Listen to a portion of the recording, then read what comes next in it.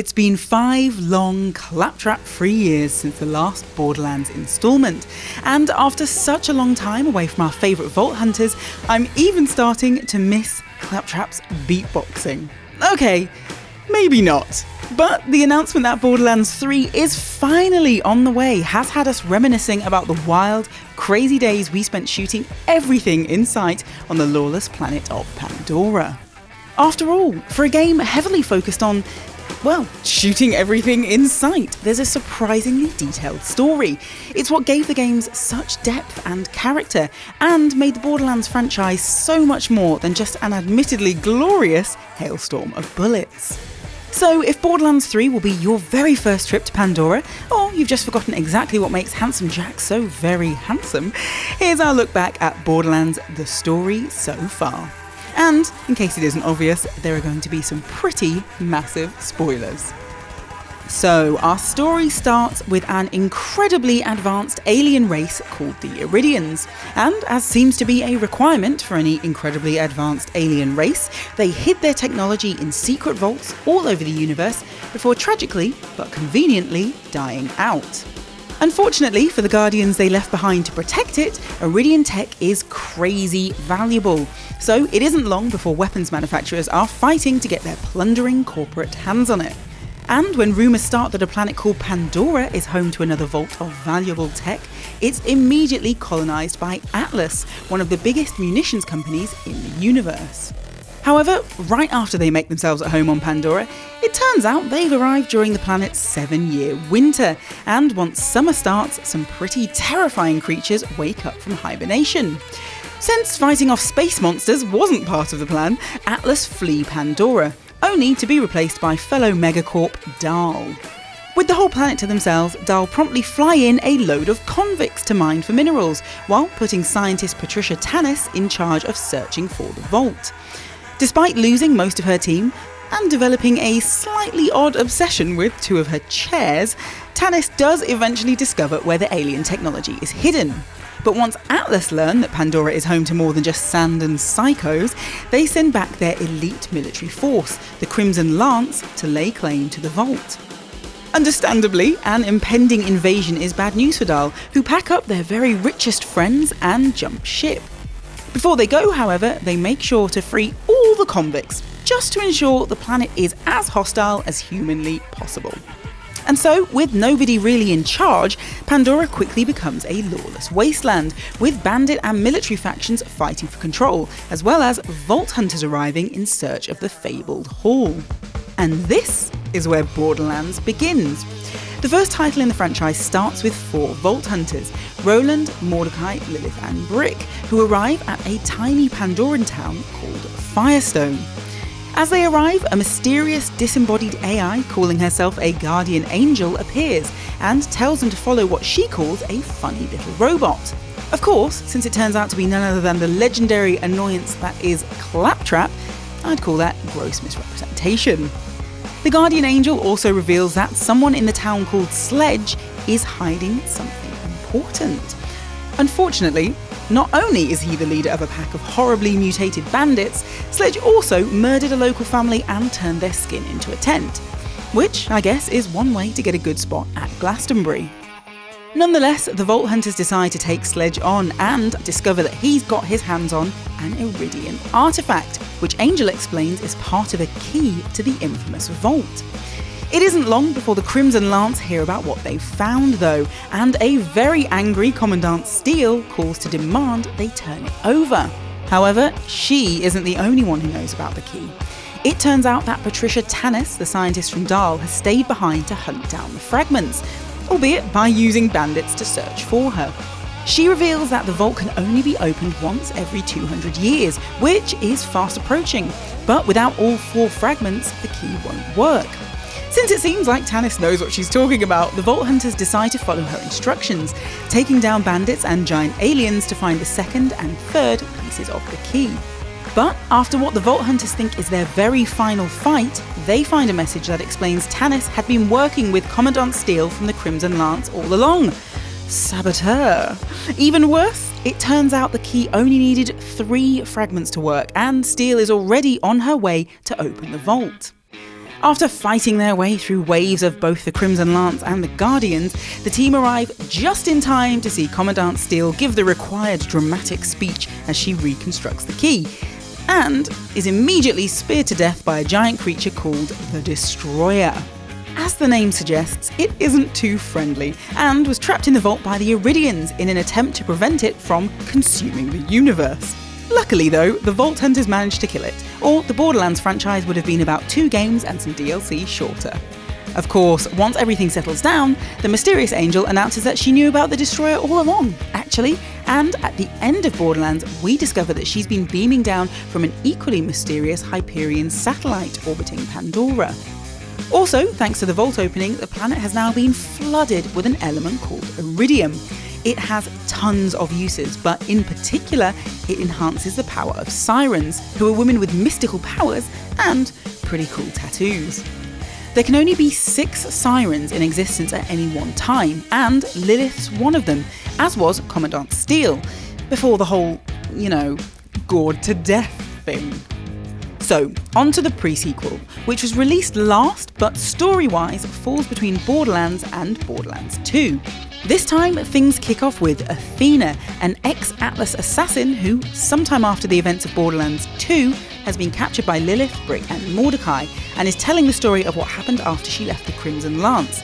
A story which takes place just after Borderlands 1. Yeah, I know, it's a little confusing.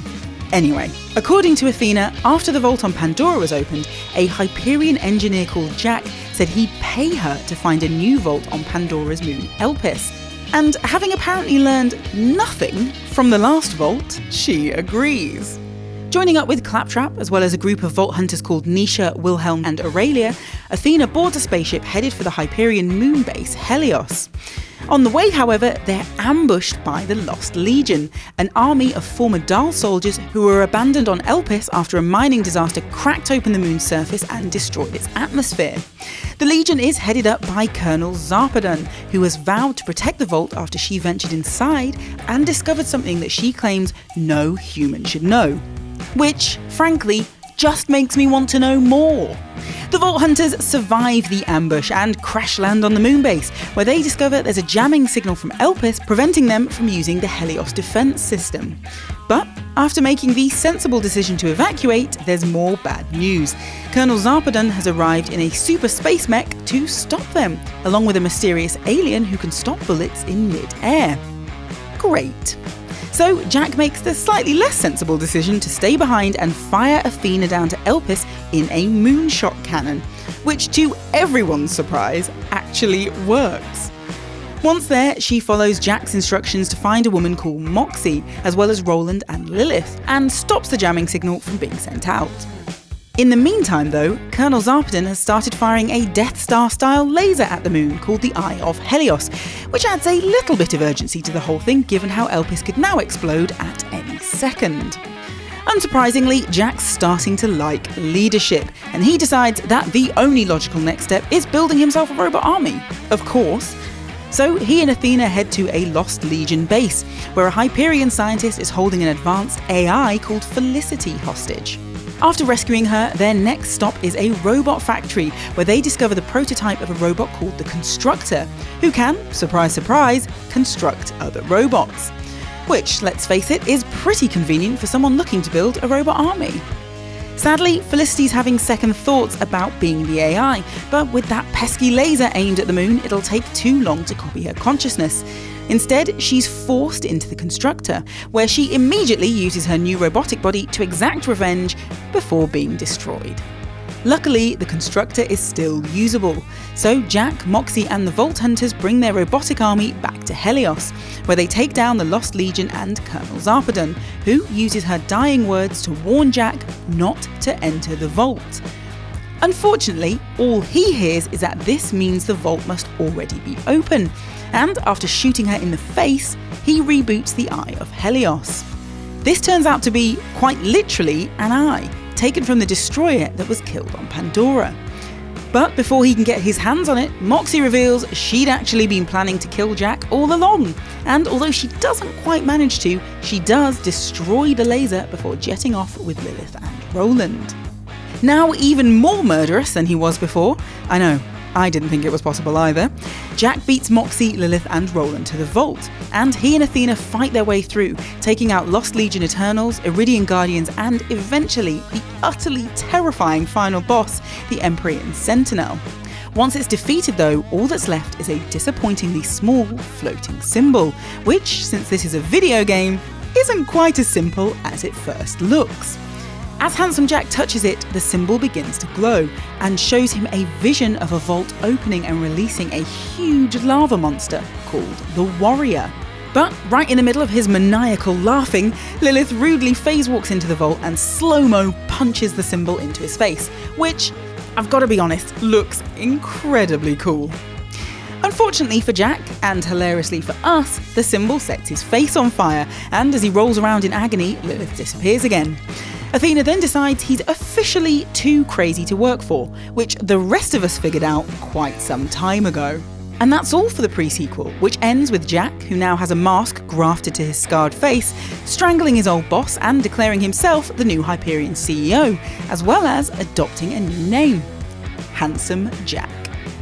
So finally, we're on to Borderlands 2, which introduces a whole new set of Vault Hunters: Axton, Gage, Maya, Salvador, Krieg and Zero. They've heard a message from Handsome Jack that encourages Vault Hunters to come to Pandora in search of Iridian tech. But Handsome Jack being Handsome Jack, his plan is actually to kill every Vault Hunter who takes him up on the offer. And as we learn in the awesome dynamic credits, these guys are no exception, being stylishly blown up by a dynamite-stuffed dummy of Handsome Jack. Then, just when you think things couldn't get worse, Claptrap turns up. It turns out that everybody's favourite beatboxing robot has been living in the icy wastelands of Pandora, and found the Vault Hunters' unconscious bodies while scavenging. Luckily, Angel is back too, so they don't just have Claptrap to listen to. She tells the Hunters that they're alive for a reason, and as before, she's here to offer her always mysterious help. The group set out to reach Sanctuary, a city built on top of a mining ship left behind by the Dahl Corporation. It's the last place safe from Handsome Jack, but as soon as they reach the gates, they're asked to help find Roland. He's now the head of the Crimson Raiders, a resistance group of former Lance soldiers and bandits, and he's been kidnapped by a bounty hunter called Firehawk. The Vault Hunters accept the mission, but quickly discover that Firehawk is in fact Lilith, who's hiding from Jack, and that Roland has actually been kidnapped by bandits. After rescuing him, they head back to Sanctuary, where Lilith and Roland learn of a vault key being transported on a Hyperion train. Of course, since no one in this game learns anything from opening vaults, they decide to stage a heist and ambush the train, bringing along Mordecai, who we've met before, and a 13-year-old explosives expert called Tiny Tina. But instead of a key, they find Wilhelm, who has now become more machine than man, and help themselves to his power core. Of course, when they plug it in back at Sanctuary, it turns out to have been a trap laid by Handsome Jack, allowing Angel to reveal that she's been working for him all along, and she knocks out the city's shields. Under fire, Lilith manages to use Iridium to enhance her siren powers and phase walk the entire ship, which saves Sanctuary but reveals to Jack that she's still alive. Surprisingly, Angel beams back in to apologise and tells the Vault Hunters that Handsome Jack has been using her to charge the Vault Key instead of waiting the 200 years it takes to charge itself. She also knows where it is, locked in a heavily guarded Hyperion facility with her. Revealing Jack's plan to open the vault and free the Warrior, she begs the Hunters for help and explains how they can get past the security system, as long as they don't bring Lilith. Of course, they don't listen, and once they arrive, they discover that Angel is in fact Jack's daughter, and like Lilith, a siren. Knowing that her father will continue to use her for evil, Angel asks the Vault Hunters to kill her, but when they do, Jack teleports in, kills Roland, and kidnaps Lilith, using her siren powers to charge the key instead. Luckily, Lilith still manages to phase walk the rest of the team safely back to Sanctuary, where they immediately try to figure out the location of the second vault so they can beat Jack there.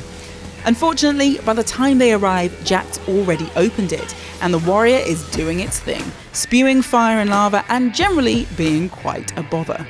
Don't panic though, after a pretty intense boss battle, the Vault Hunters eventually kill not only the warrior, but Handsome Jack too, who dies doing what he loved best, whining about filthy bandits. Borderlands 2 ends with Lilith, having finally learned her lesson about not opening vaults, deciding to destroy the vault key once and for all. Which, of course, leads to her accidentally revealing a huge map showing the location of, you guessed it, a lot more vaults. Finally, we're going to jump forwards and backwards to the very end of the pre-sequel, which takes place after Borderlands 2. To refresh your memory, Athena, the ex-Atlas assassin who helped Jack open the second vault, has been captured by Lilith, Brick and Mordecai. Furious at Athena for working with Jack, Lilith orders a group of gunmen to execute her. But before the bullets can reach Athena, they stop in midair and fall to the ground, revealing the unknown alien we first saw fighting alongside Colonel Zarpedon. Speaking in the most alien voice I've ever heard, they tell the Vault Hunters not to kill Athena, saying, "War is coming, and you will need all the Vault Hunters you can get." And presumably, this is where Borderlands 3 will begin.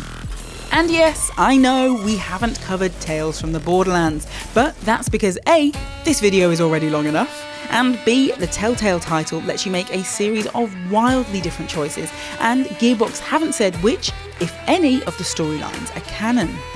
However, there is one Tales character we should talk about, since he popped up in the Borderlands 3 trailer. A cybernetically enhanced Hyperion employee called Reese. In the game, he finds an ID drive on a dead scientist, and in a completely sensible move, plugs it into his eye implant. Unfortunately, the drive turns out to have an AI version of Handsome Jack on it, who immediately begins to take over Reese's mind. As fun as that sounds, Reese eventually decides to remove the implant, and the game lets you choose whether to keep or destroy it. Which means, depending on which ending Gearbox have officially gone with, there's a chance we could see Handsome Jack back in Borderlands 3, albeit a lot more blue and transparent. So there you have it, Borderlands, the story so far. Let us know your thoughts in the comments, and of course we've got loads more content on the way while we wait for Borderlands 3, so make sure you subscribe and hit that notification bell to stay up to date. See you on Pandora, Vault Hunters. For the players.